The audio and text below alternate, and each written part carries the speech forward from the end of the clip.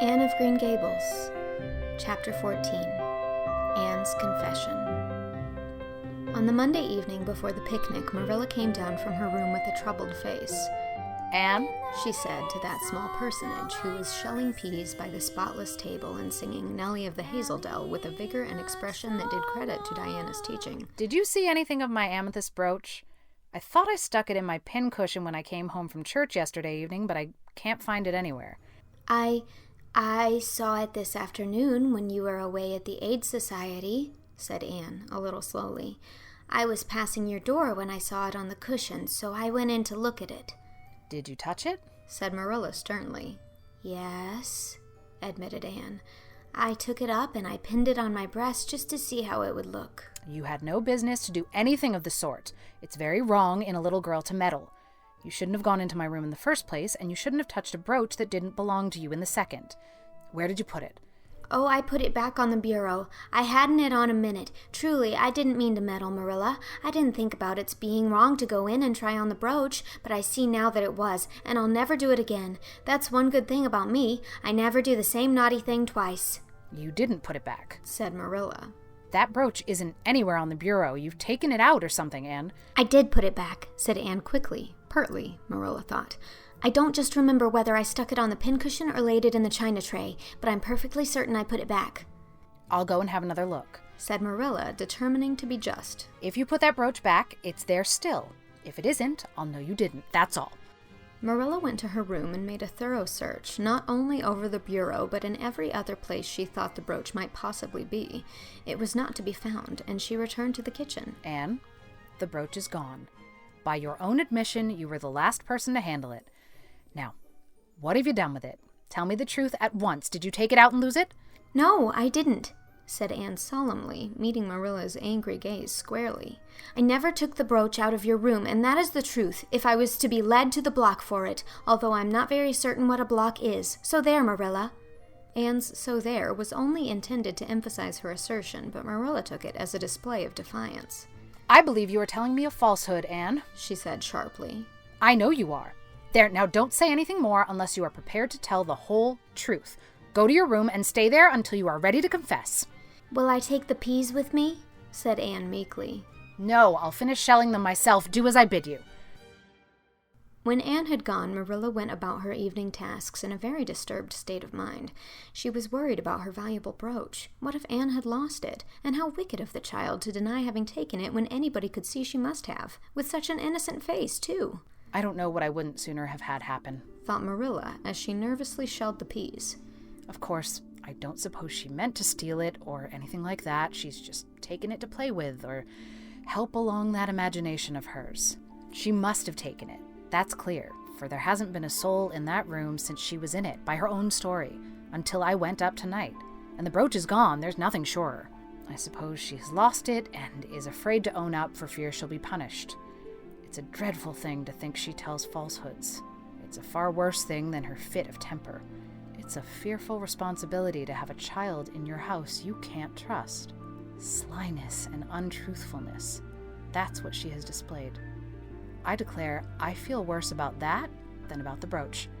If she'd only had told the truth about it, I wouldn't mind so much." Marilla went to her room at intervals all through the evening and searched for the brooch without finding it. A bedtime visit to the east gable produced no result. Anne persisted in denying that she knew anything about the brooch, but Marilla was only the more firmly convinced that she did. She told Matthew the story the next morning. Matthew was confounded and puzzled. He could not so quickly lose faith in Anne, but he had to admit that circumstances were against her. "You're sure it hasn't fell down behind the bureau?" was the only suggestion he could offer. "I've moved the bureau, and I've taken out the drawers, and I've looked in every crack and cranny," was Marilla's positive answer. "The brooch is gone, and that child has taken it and lied about it. That's the plain, ugly truth, Matthew Cuthbert, and we might as well look it in the face." "Well, now, what are you going to do about it?" Matthew asked forlornly, feeling secretly thankful that Marilla and not he had to deal with the situation. He felt no desire to put his oar in this time. "She'll stay in her room until she confesses," said Marilla grimly, remembering the success of this method in the former case. "Then we'll see. Perhaps we'll be able to find the brooch if she'll only tell where she took it. But in any case, she'll have to be severely punished, Matthew." "Well, now you'll have to punish her. said Matthew, reaching for his hat. I've nothing to do with it, remember? You warned me off yourself. Marilla felt deserted by everyone. She could not even go to Mrs. Lynde for advice. She went up to the east gable with a very serious face and left it with a face more serious still. Anne steadfastly refused to confess. She persisted in asserting that she had not taken the brooch. The child had evidently been crying, and Marilla felt a pang of pity which she sternly repressed. By night she was, as she expressed it, beat out. You'll stay in this room until you confess, Anne. You can make up your mind to that. But the picnic is tomorrow, Marilla, cried Anne. You won't keep me from going to that, will you? You'll just let me out for the afternoon, won't you? Then I'll stay here as long as you like afterwards, cheerfully. But I must go to the picnic. You'll not go to picnics nor anywhere else until you've confessed, Anne. Oh, Marilla, gasped Anne. But Marilla had gone out and shut the door.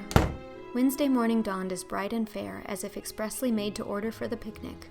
Birds sang around Green Gables. The Madonna lilies in the garden sent out whiffs of perfume that entered in on viewless winds at every door and window, and wandered through halls and rooms like spirits of benediction. The birches in the hollow waved joyful hands as if watching for Anne's usual morning greeting from the east gable. But Anne was not at her window.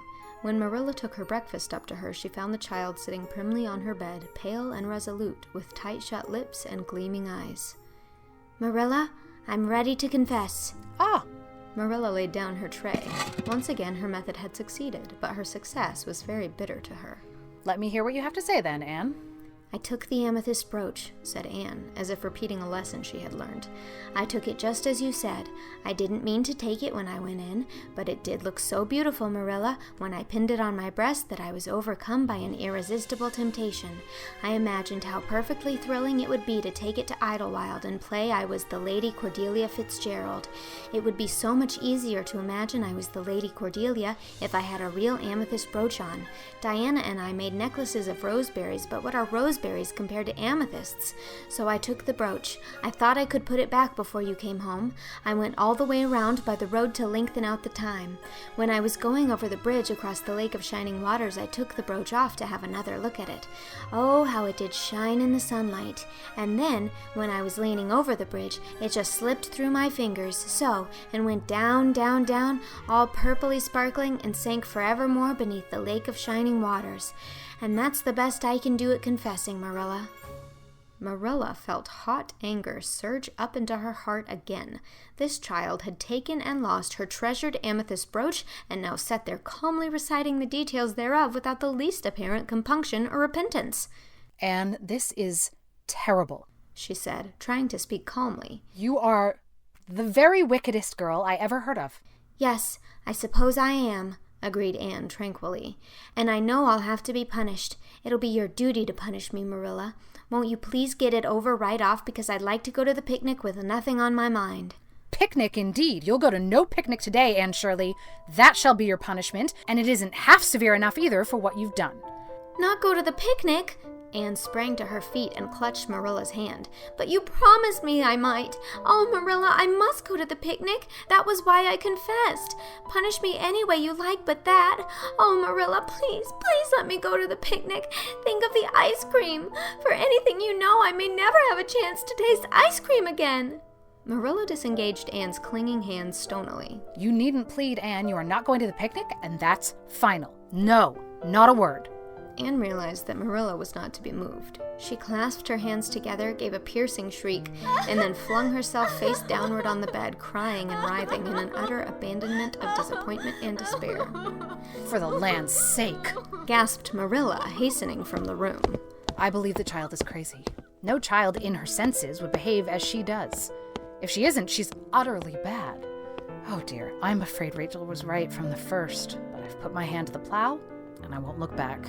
That was a dismal morning. Marilla worked fiercely and scrubbed the porch floor and the dairy shelves when she could find nothing else to do. Neither the shelves nor the porch needed it, but Marilla did. Then she went out and raked the yard. When dinner was ready, she went to the stairs and called Anne. A tear-stained face appeared, looking tragically over the banisters. "Come down to your dinner, Anne." "I don't want any dinner, Marilla," said Anne sobbingly. "I couldn't eat anything.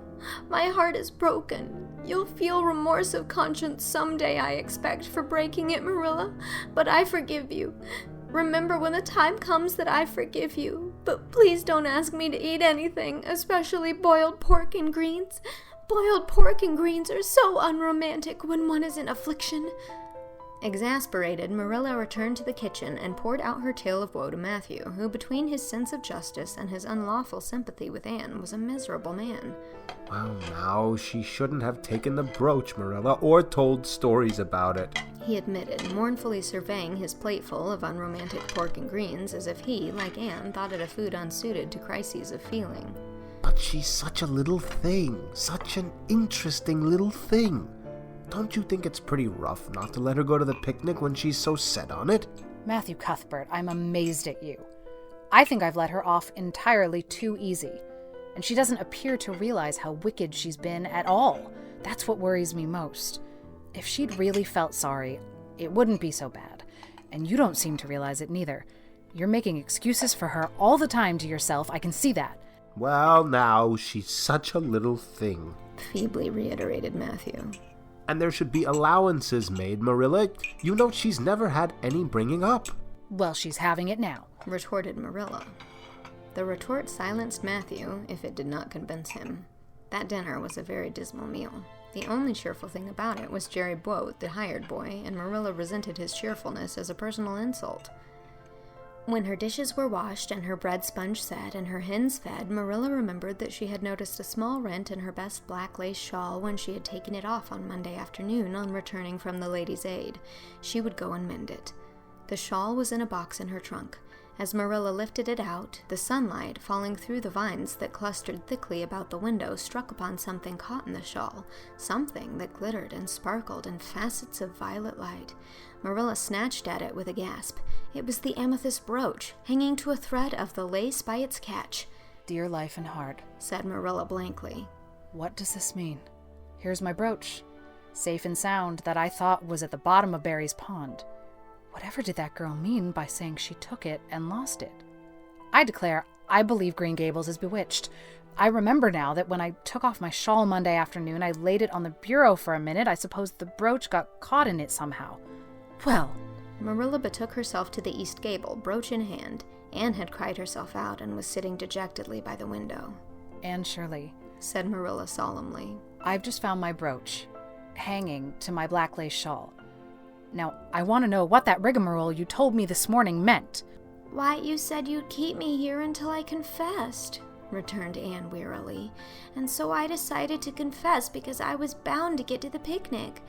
I thought out a confession last night after I went to bed and made it as interesting as I could, and I said it over and over so that I wouldn't forget it, but you wouldn't let me go to the picnic after all, so all my trouble was wasted." Marilla had to laugh in spite of herself, but her conscience pricked her. "Anne, you do beat all. But I was wrong. I see that now. I shouldn't have doubted your word when I'd never known you to tell a story. Of course, it wasn't right for you to confess to a thing you hadn't done. It was very wrong to do so, but I drove you to it.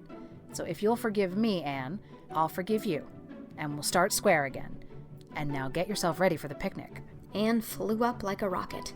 "Oh, Marilla, isn't it too late?" "No, it's only 2:00. They won't be more than well gathered yet, and it'll be an hour before they have tea. Wash your face and comb your hair and put on your gingham. I'll fill a basket for you. There's plenty of stuff baked in the house. And I'll get Jerry to hitch up the sorrel and drive you down to the picnic ground." "Oh, Marilla!"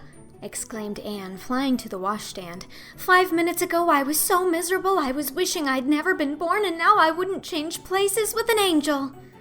That night, a thoroughly happy, completely tired-out Anne returned to Green Gables in a state of beatification impossible to describe. "Oh, Marilla, I've had a perfectly scrumptious time." Scrumptious is a new word I learned today. I heard Mary Alice Bell use it. Isn't it very expressive? Everything was lovely. We had a splendid tea, and then Mr. Harmon Andrews took us all for a row on the Lake of Shining Waters, 6 of us at a time, and Jane Andrews nearly fell overboard. She was leaning out to pick water lilies, and if Mr. Andrews hadn't caught her by her sash just in the nick of time, she'd have fallen in and probably been drowned. I wish it had been me. It would have been such a romantic experience to have been nearly drowned. It would be such a thrilling tale to tell. And we had the ice cream. Words fail me to describe that ice cream. Marilla, I assure you, it was sublime. That evening, Marilla told the whole story to Matthew over her stocking basket. I'm willing to own up that I made a mistake, but I've learned a lesson. I have to laugh when I think of Anne's confession, although I suppose I shouldn't, for it really was a falsehood, but it doesn't seem as bad as the other would have been somehow. And anyhow, I'm responsible for it. That child is hard to understand in some respects, but I believe she'll turn out all right yet. And there's one thing certain. No house will ever be dull that she's in.